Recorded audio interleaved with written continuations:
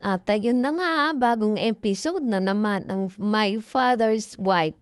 At talagang nagkaamay na si Gerald at saka si Gina, grabe. Sobrang kilig na naman ako talaga, oo. Kunyari pa yung umamin ni Gina, yun pala mahal na mahal naman pala.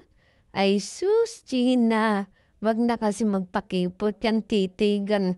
Yan titigan ninyo na dalawa na yan talagang halatang halata na talagang nag-uumapaw ang pag-ibig nyo sa isa't isa.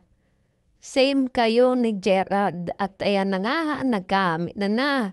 O di ngayon, kayo na talaga yung mag-asawa at kailangan ipaglaban mo yan kasi ikaw yung legal na asawa at magkakaroon na kayo ng anak.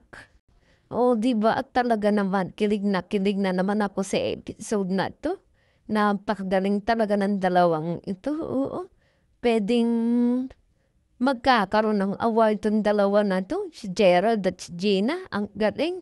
At ayan na nga, ang pinoproblema nilang ngayon ay si Betsy. Kung paano niya sabihin. Alam naman natin na talagang may iba yung hinahangad ni Betsy at saka parang wala na naman siya pagmamahal dito kay Gerald.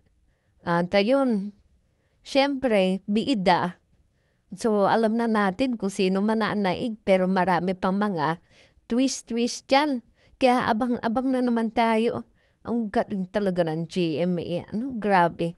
Grabe talaga silang magpakilig na mga viewers. Grabe. At eto naman tayo, kilig na kilig.